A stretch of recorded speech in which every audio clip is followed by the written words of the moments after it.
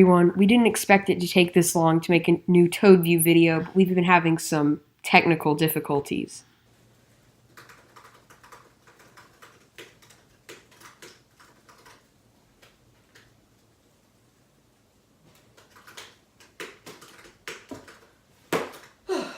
Finally finished with the script. Whew, it's about time. Alright, I'll go set up the recording stuff, because that's all we have to do. Alright, cool. Alright, I'll get you in a minute. Can't find this dock anywhere. Like, this isn't the dock. Is this? No, that's too small. Wait a sec. What? What kind of idiot thought this was a toaster? Oh my god, it's my bread. Your bread? It's my bread. Oh, thank you. I've actually been looking for that. Do you have any butter? Stock isn't even gonna work anymore. Go, get away with your stupid bread.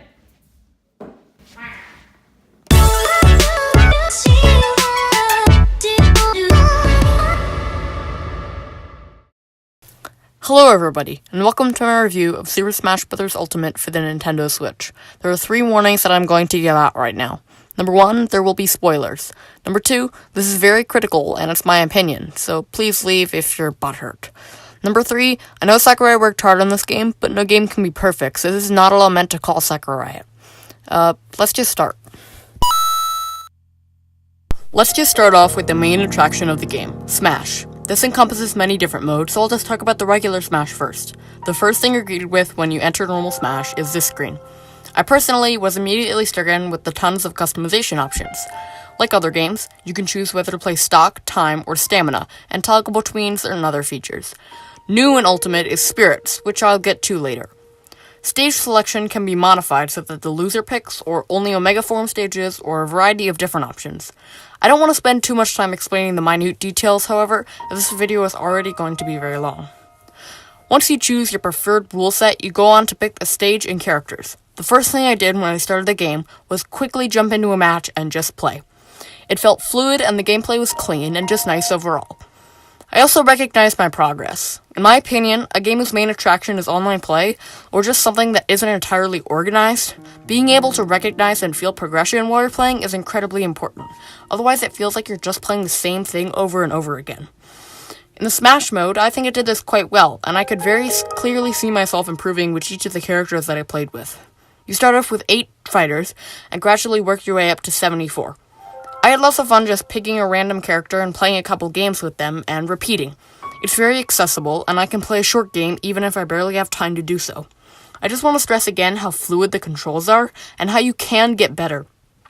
On the topic of final smashes, they're short and straight to the point, but do less damage.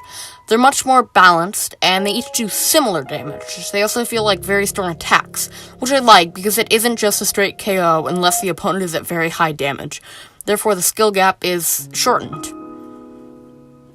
Assist trophies are also done quite differently in this game, and can be KO'd just like fighters. I do, however, feel like some assist trophies are overpowered and kind of ruin the game for the other person.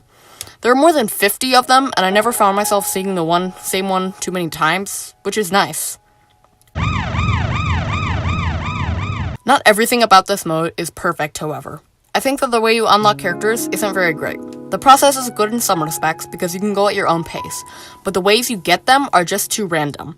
I would find myself randomly unlocking fighters after doing practically nothing, and that just doesn't feel satisfying. I'm a completionist, and this just doesn't do it for me. I wish that there were a set number of characters set aside that you have to do some sort of hard challenge to unlock, or obtain music tracks, or something. And while it is possible that the character unlocking process has some sort of underlying organization, I personally don't see it. This definitely doesn't ruin the experience, however, as playing with the characters is the real fun. Smash has some other great modes, which are Squad Strike, Custom Smash, and Tourney. Squad Strike is a 3v3 or 5v5 game in which you choose 3 or 5 different characters and switch between them in a struggle to defeat your opponent's choice of characters. I've only played this several times, but it seems like a lot of fun.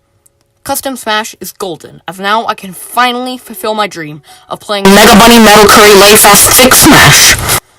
But actually, it's just pretty fun to mess around with it. With Tourney, you can force tons of different CBUs to fight to the death and watch as their souls slowly leave their bodies in pain. Nah, but it's pretty fun. You can also join and fight against your friends with this mode. and with tons of different combinations of fighters, it's just a good time overall. I would give this section about a 9 out of 10. Now that I'm done with the Smash portion, it's time to move on to the new mode, Spirits. When opening this mode, you may go to Adventure Mode, the Spirit Board, or the Collection. Before I go into any of these, I'm just going to quickly sum up exactly what a spirit is. It's basically some sort of reference or any character from any franchise that Nintendo has made or any other thing has made. It doesn't even have to be a character. It could be a dice block. But basically, they give you special powers, and they just make your attacks more powerful. Okay, now let's actually start. Collection is where you can see your spirits, level them up, dismiss them, and summon new ones. The currency type thing for the spirit mode is spirit points, or SP. You spend this to buy things in various shops, level up, and summon spirits. You earn them by defeating opponents and collecting their spirits. The spirit board is a place to win. Jesus, I'm saying spirits a lot. You must first defeat the fighter it's inhabiting, though. There are also many events that pop up and introduce exclusive spirits, and those are pretty fun. Now, to the main attraction, of course, adventure. I won't spoil the story, but the premise, in my best summarization, is big light thing disintegrates everyone, making them not feel so good. Kirby escapes somehow because it's Sakurai's favorite character, hecking bias, and now you have to earn back the fighters and defeat the light thing. The twist after you defeat the light thing, but I won't spoil it. Sorry. When you start, you get the godliness that is Lifelight, the main theme of the game. This song is now my favorite song ever, behind Megalovania, so it's pretty good. The first spirit you fight is Smokey Prog, a really obscure reference that I didn't even get until I looked it up. Most of the spirits aren't recognizable for a casual player, but I'm okay with that. The way each of the fights work is you have a fighter and a spirit that goes along with it, giving it special abilities or something. It could also alter the stage. The spirit is also meant to represent the fighter, and I think each battle does this very well. Some examples are Celeste the Bird with Jigglypuff, a Guardian with Rob, and Charlotte O'Lynn with Zelda. Each battle can either be a stamina battle or a stock battle. These are clever, and are just a touch, but they still add to the game. There are also dungeons, which are like little sub-areas that teleport you to a new space. These are cool, but aren't used to their full potential, and I'll get into that later. There are shops where you can buy spirits and upgrades, and dojos where you train your spirit to increase its stats, but they always lower something else, and it just doesn't seem worth it. I have many problems with the adventure mode in general, so let me just get out my gripes now. Time to rant. My first, most prominent problem is the skill gap. When I say this, I'm referring to the difficulty of the battles. Either a battle is extremely easy, or so hard that it ruins the fun. And when I say easy, I mean very easy. On one of the very easy battles, I did one single side smash of the enemy and they instantly died. On normal difficulty. I cannot even imagine how easy these must be on easy difficulty. The hard ones just take the fun out of the game, as I would sometimes spend upwards of an hour on one fight and 30 seconds on the next. The easy battles give me almost no satisfaction when I beat them, and sometimes I don't even realize I'm playing the game and still beat them. It just feels like grinding when I'm fighting these battles, and they aren't any fun. They don't get harder. And when I'm relating that to Smash, I'm saying, since there is no progression because they don't get harder, it feels like you're fighting the same battle. And I found myself very rarely actually taking several tries to a battle, and eventually getting it after some good combos and moves. And I stress, very rarely. After fighting all of the battles in the main World of Light sequence, I distinctly remember about 6 or 7 that stood out as fun and a good difficulty. I don't know if I'm in some weird position in the middle where my skill level doesn't quite fit any of the battles, but I say this nonetheless. After defeating the harder battles, you would expect to be happy, but I felt only frustrated, thinking of the fact that I had just spent the last 2 hours of my life continually fighting the same battle. This huge difficulty gap deters me from even playing the mode at all. I only play it to complete it, and that's kinda sad. The story's kinda cool, and that's the other main motivator for me to play it. My other main problem is the world map. It's not all open, and you just move along a preset grid. There also isn't a very good way to travel across large parts of the map without running there, which is painstaking in and of itself. You could use the sub-area dungeon things as teleport markers, or even the shops or dojos. It also takes a long time to get up to sprinting speed, and when you do, you constantly miss turns. This is much more minor than my other problem, and I won't consider it a major factor in my decision of the game rating. I think Spirits is a little bit fun, but it's definitely nothing special, and it's not what we were hoping for. I just want to reiterate that this video is my opinion, so please don't get butthurt, because you're allowed to have a completely different opinion. I thought the Spirits mode deserves a 6 out of 10. It's not bad, but it's not good either. Moving on, I will next talk about the Games and More section. The first thing you see when you click on it is Classic mode. Unlike other games, in Ultimate, each fighter has a different progression of enemies to fight against based on that fighter. This includes villains from their series, similar beings, and much more. The character also gets a little medal by it showing you've completed Classic mode with the character, and that's just really nice for a completionist. You may start at any point on the difficulty scale from 0 to 5, and it scales up to 10. You move up the scale by winning battles, but losing battles will set you back, and you need to spend gold if you want to continue. Gold, like spirit points, is earned through various things and spent through various things. The whole scale is one giant mural that creates a cool aesthetic and really sets the tone for the mode. I think Classic mode is executed really well, and I hope to see concepts like this in the future games. Moving on to the various other game modes, they haven't changed much. You can create 3 Mii fighters, a brawler, a sword fighter, and a gunner. I named him Mii in all caps, so whenever I played as him in one, the screen would just display, and it's just really funny to look at. My main problem with the Games and More is the fact that they took out a bunch of game modes for no apparent reason.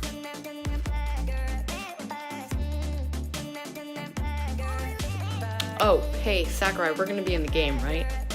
So, about that, I was thinking that, but not that.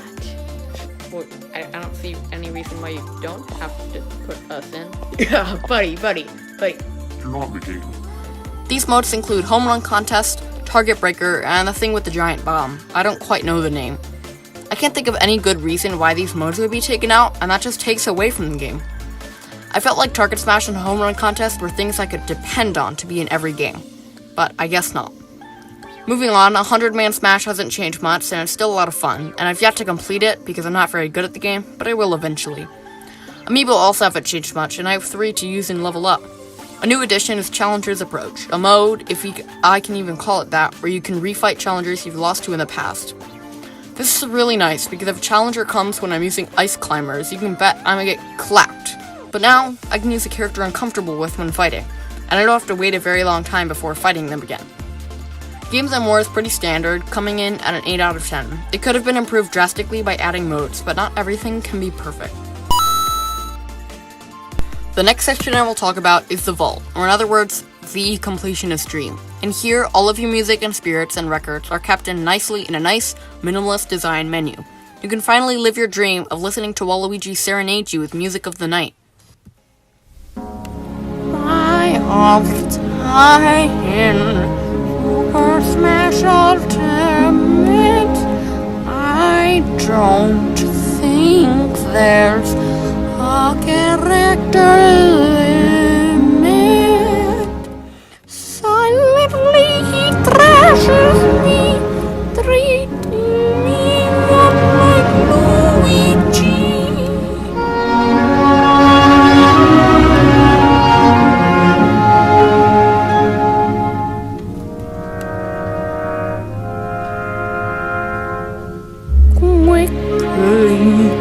Harshly, I'm thrown out the door.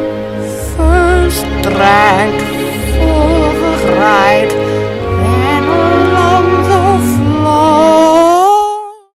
Yeah, I'm sorry for that. I just saw Phantom of the Opera, but let's continue. I think everything is organized really nicely, and now you can create playlists. You can basically compile all of your favorite music from all the different franchises and fandoms into one single package of hot mixtape. The challenges are also organized quite nicely, being more like a comic book this time, and I think it looks really cool. What I don't like is the fact that you need to have the Nintendo Switch Online service to complete the online challenges, and since I don't have that, it saddens me as a completionist to leave those undone. The records also tell a lot of information, like how many side smashes you've done with a specific character. Like what? Who would ever need to know that? I could see how it could be applied for pros, but it's still cool though.